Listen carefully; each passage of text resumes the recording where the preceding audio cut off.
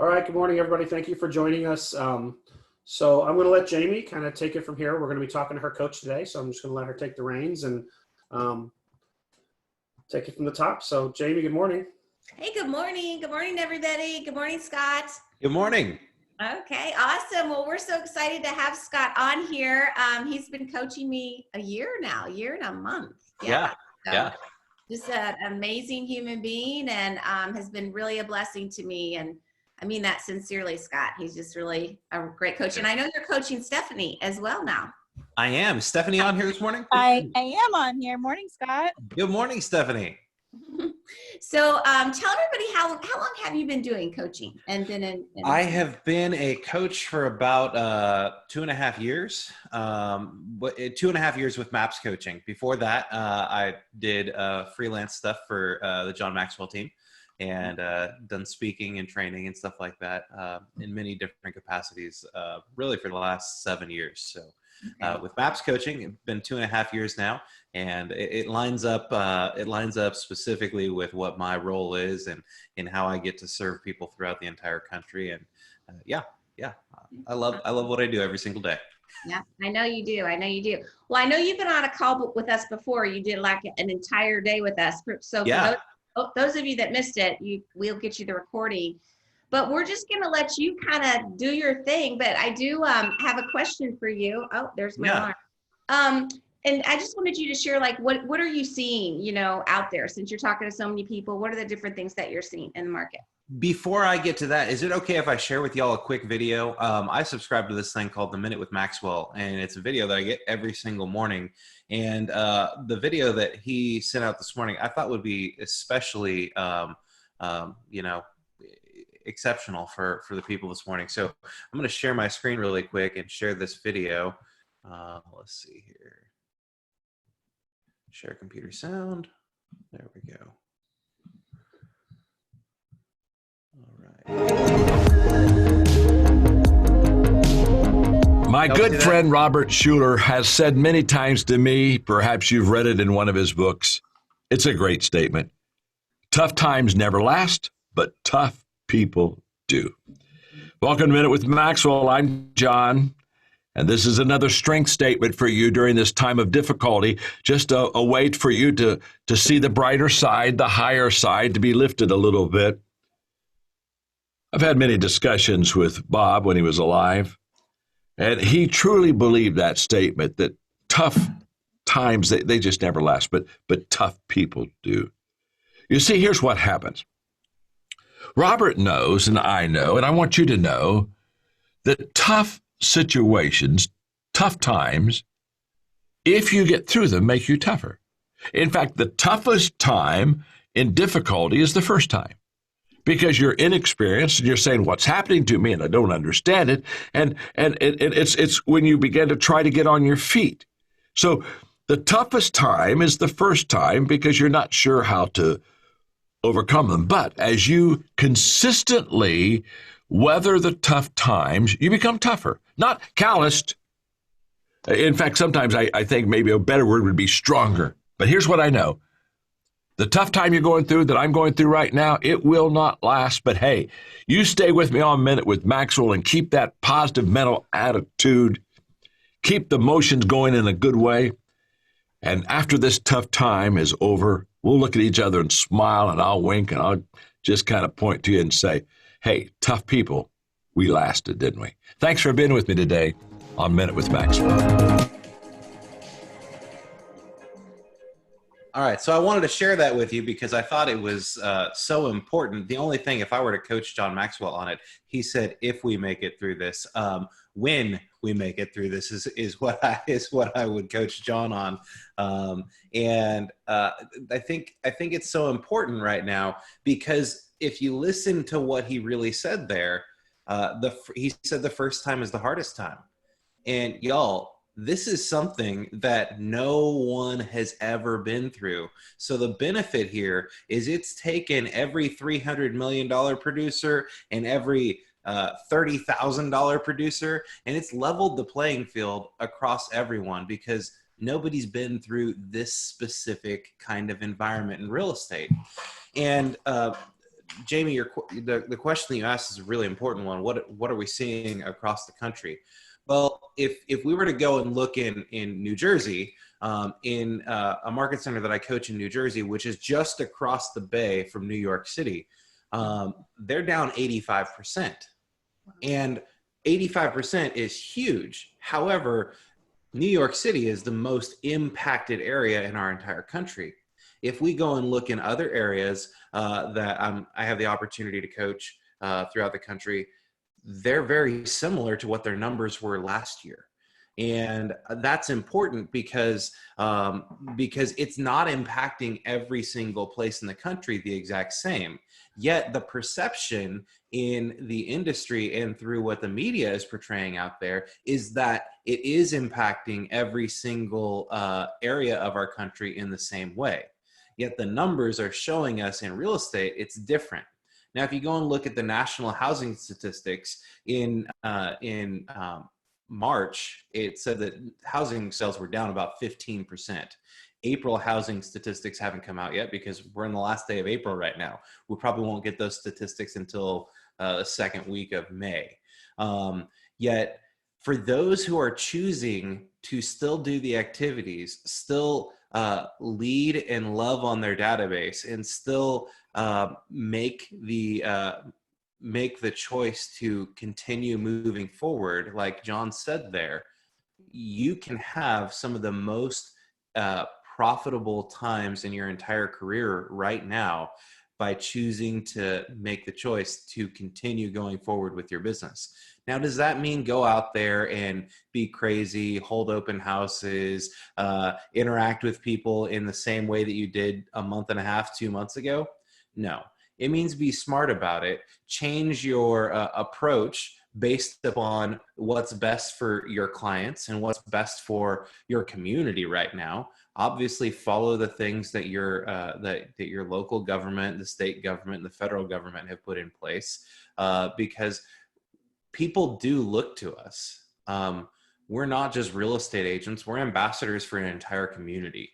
We're the first people come to when they're considering making a move to a new community. And so we've got to be smart about it. We've got to make sure that we're showing that we're showing the community that we're stepping up in this time to make sure that they're protected. So some of the best, some of the advice that on a call that Gary gave last week for MAPS leadership coaches was when you're opening up your market center, or when you're coaching your agents on how to make sure that their business is going forward. Do you have safety protocols in place? In your listing presentation, are you talking about the things that you're going to do to make sure that your clients are protected, their home is protected during this time? Are you going to be putting up signs or something like that that says, hey, we've turned on all the light switches, we've opened all the doors, please go ahead and leave all those things on? And Gary was talking about how that seems so simple, yet it can be really impactful for people when you show them, we're going to go ahead and go the extra mile here and make sure that you're taken care of. So. Is there, and that's really important. Is there anything else that I know you learned from Gary on that call? Yeah, so I took like 10, 15 pages of notes on a 1 hour call with him the other day. And he said he said, you can't thrive if you can't survive. So, number one, when I'm coaching these other market centers in the New York and New Jersey area right now, we're talking about survival. Now, in your area where you're in right now, y'all can still sell real estate, right? Yeah. So surviving is a little easier for you because you can still go out and show property actively. Now, you're going to have to be smart about it. But in places like New Jersey, the only way that they can show property is digitally. And they've got to get a video from the homeowner, or they've already had to have had like a Matterport tour or a walkthrough done. And so when Gary said you can't thrive if you can't survive, he said there's two things that we've got to be doing right now. Number one, look at your expenses and make sure you're managing them. Cut out the things that you don't really need. Look at it and say, okay, this is a must-have, and this is a nice to have, and this is a want to have. And I know in our market centers, we've been doing the exact same thing in looking at our expenses. So look at your business the exact same way and figure out what are those things that I'm spending on that I don't necessarily need. And not just your business, but look at your personal expenses too. And there's some apps out there that will actually manage and tell you, hey, you have all of these subscriptions that you may not have known that you still have going on. And that can help you to manage your personal expenses as well. And then number 2, he said, manage your people. And when he said manage your people, he said your people, your family, your kids, your spouse, your parents. And he didn't just mean, go in there and look at them and say, hey, this is the way that it's got to be right now. He said, look at them and say, when I'm managing my people, am I making sure that they're taken care of in the way that they need to be taken care of right now? So am I spending quality time with my wife? Am I able to spend quality time with my kids right now? Am I taking care of my parents in the way that they need to be taken care of right now? Are they having their needs met? And then somebody on the call who wasn't Gary said, here's a really interesting way to look at it. For those of you who do have kids at home right now, think about it like this. They're not in school.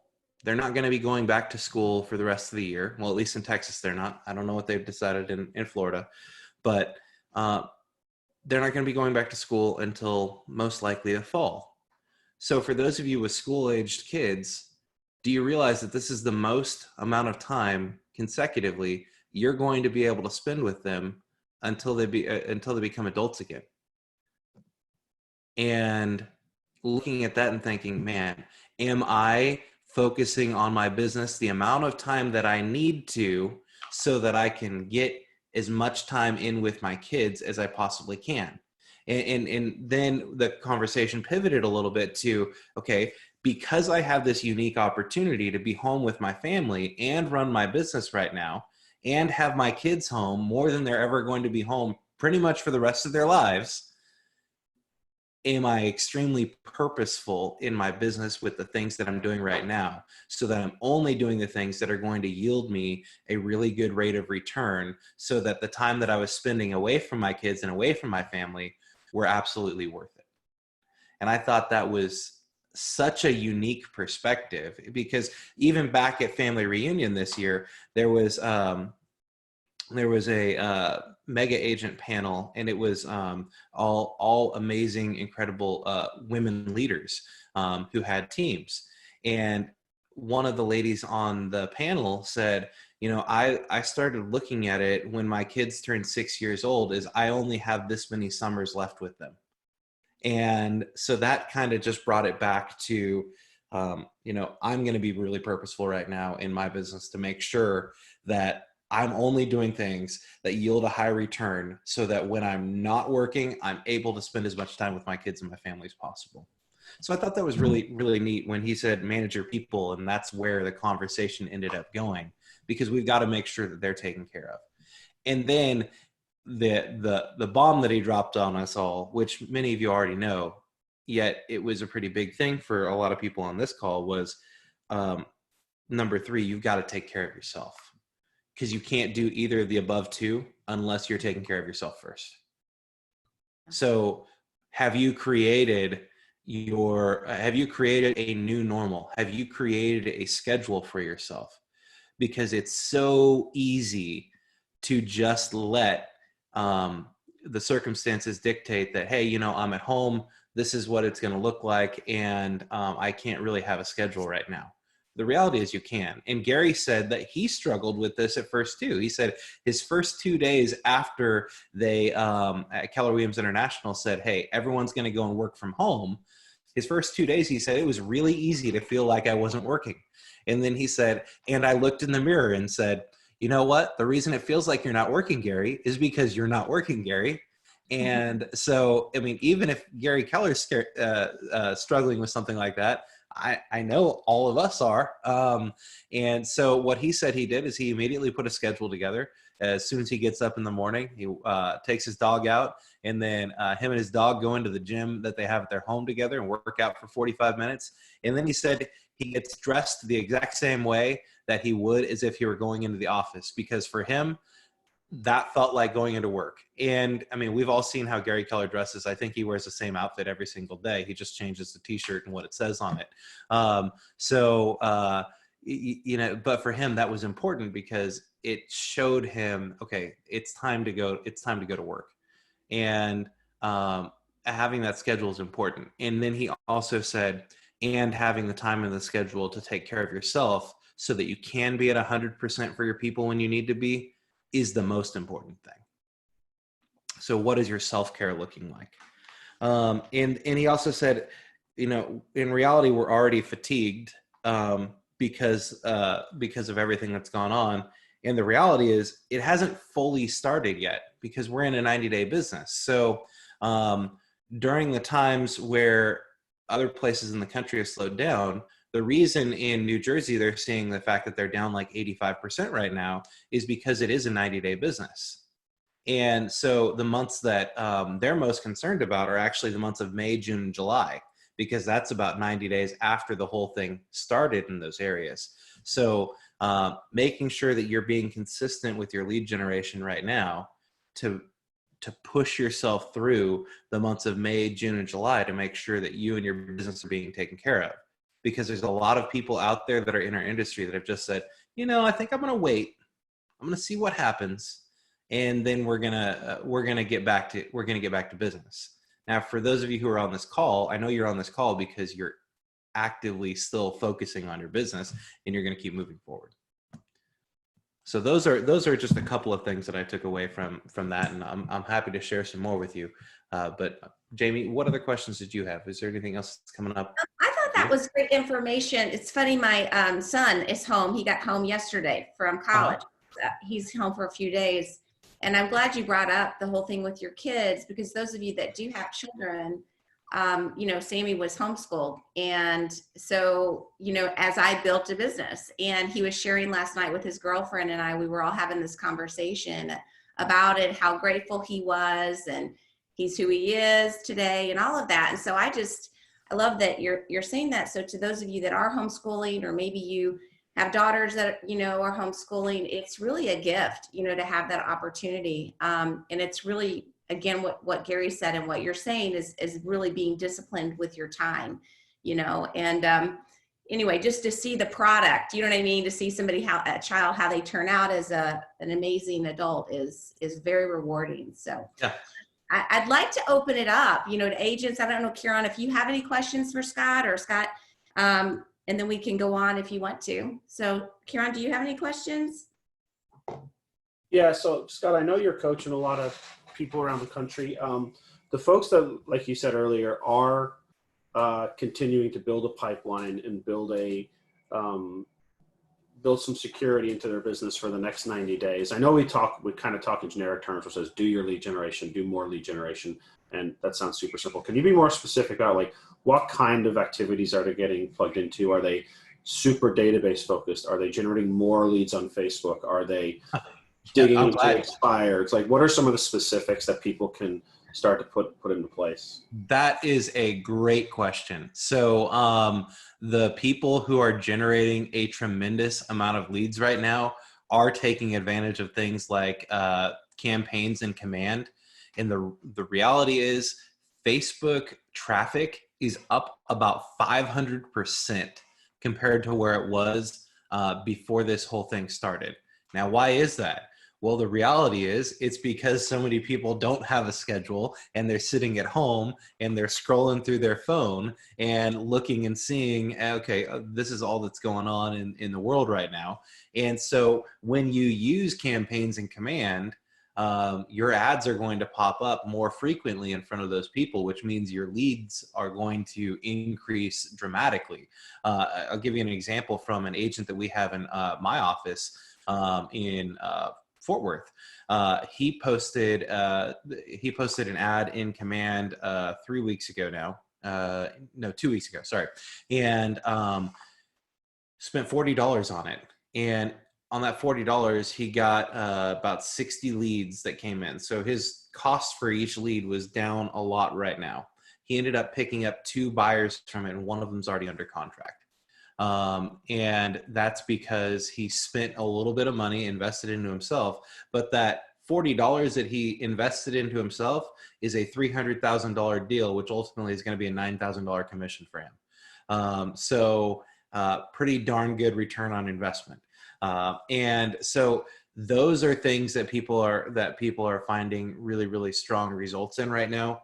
Additionally, this is totally going to sound like Gary, but he said, all right, I want to do a business exercise with you. And he said, this is something that you can use on the phone as a coach. He said, we're going to do a business exercise. All right. Are you ready? And everyone says, yes, of course we're ready. He says, get out your phone and talk to people. There's your business exercise. And you could totally hear Gary saying that as I said it, I'm sure. And when he said, get out your phone and talk to people, he said, service first, sales second. Service first, sales second. And that doesn't mean that we don't ever talk about sales or we don't ever talk about real estate.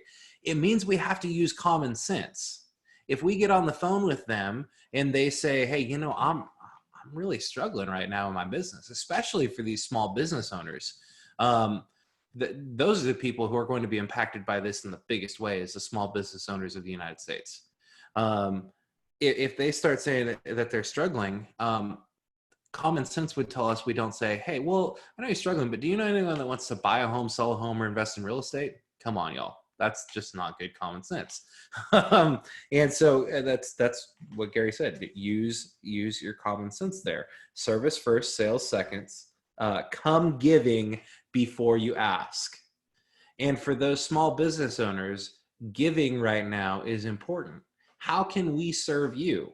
Well, ladies and gentlemen, this book right here can be a very, very big benefit and a huge resource for a business owner who doesn't have a real estate business, because there are things in here that they could immediately apply into their business. If you look at tactic number 2, managing their expenses, has anyone ever had that conversation with them?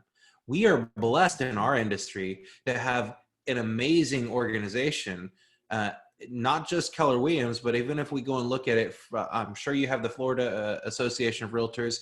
Here in Texas, we have the Texas Association of Realtors, and we also all have the National Association of Realtors. We have a platform that we can stand on and look to for guidance during these times. Most small business owners don't have that. So you can be that person for them by looking through your database, figuring out who your small business owners are that you have in there, and then maybe creating some kind of a Zoom call or a mastermind between them, like what we're doing right here, and asking them, okay, so what are some of the things that you're doing that are unique to help you get through this? Or what would it look like for you to bring on a tax person that could talk to them about what a PPP loan would look like, or not even a PPP loan, but a SBA disaster relief loan, because they can get $10,000 for a disaster relief loan relatively easily with like 4 clicks of a button on the SBA.gov website. Now, obviously, they're going to have to provide proof, but if they don't know about that, you could be that resource that connects them with it. So when he says come giving before you ask, that's what it's really talking about. What resources do you have access to that can help these people that they may not know about? Good. It's good. I know Stephanie's on the call, and it looks like we've got some questions or people talking in the chat. But Stephanie, do you have anything you want to ask Scott, or anybody else want to ask any questions? I see the chat, the question in the chat. I've had a bad case of squirrel brain the past couple of days. Suggestions for getting back on track. Oh, that's awesome. Yeah, go back to your why. Why did you get into real estate? Why do you do what you do every single day? Who is depending upon you to be successful? What does 6 months from now look like to you? And that one right there, I think, is probably one of the most important questions, is what does 6 months from now look like to you? Because you can't be stuck in the now if you're focusing on the future as well. Many people are stuck right here in the, this is what's going on right this second. I can't control anything other than right now. The reality is you've got to look to the future.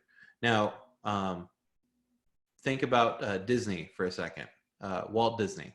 And you know, everything that's going on with Disney right now. Do you think they're going and looking to the future?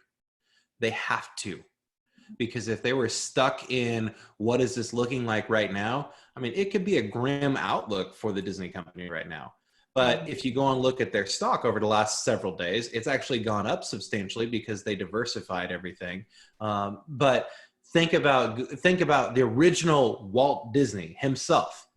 Did he have a vision for what the future was going to look like? Yes, absolutely.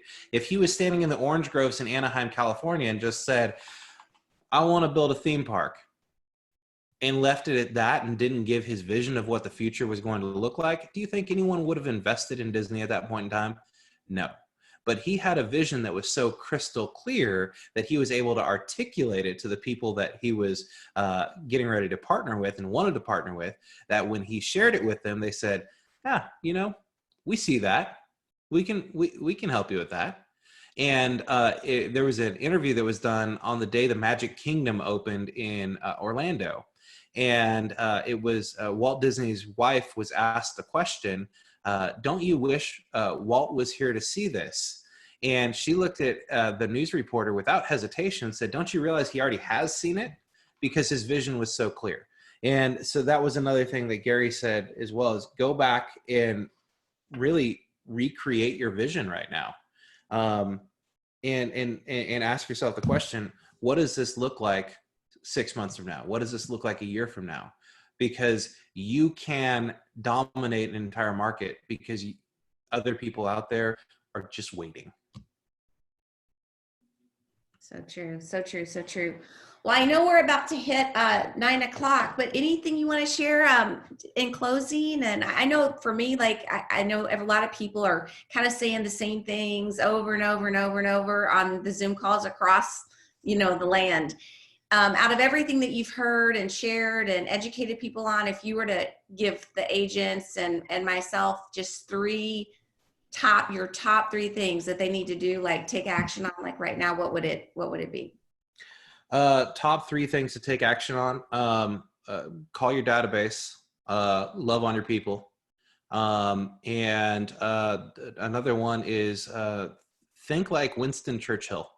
And if you don't know a lot about Winston Churchill, he was an incredible leader during World War II in the United Kingdom. And one of the things that he did every single day when bombing was done for the day, he went out and walked among the streets. Why did he do that? He went out and did that to show the people of Britain that he was okay and that everything was going to be okay. So right now, we've got to think like him and ask ourselves the question, what do the people of our community need to see? Because like them, love them, hate them, everyone out there has a different political affiliation. Now is not the time for us to be political. Now is the time for us to be practical and show the people of our communities, hey, you know, we're going to get through this. The other side is going to be different and you're going to be successful. You're going to thrive. That's the message that we need to be portraying right now to our people. So number one, your database. Number two, think like Winston Churchill. And number three, take care of yourself. Make sure you're taking care of yourself every single day. Make sure you have some white space in that calendar to do something that feeds you, and be purposeful with everything that you're doing, because if you're going to spend time on your business right now, which you should be doing, make sure you're getting a really, really high return on your investment. That's so good. I love that. I love that. We appreciate you so much, Scott. Thank you. I appreciate the opportunity. Yeah. And I can't wait to come and see you all in person one day. Yeah. Great. All right. I'll talk to y'all later. Have a great day. Thank you, sir. Bye-bye. Bye-bye. Thank you.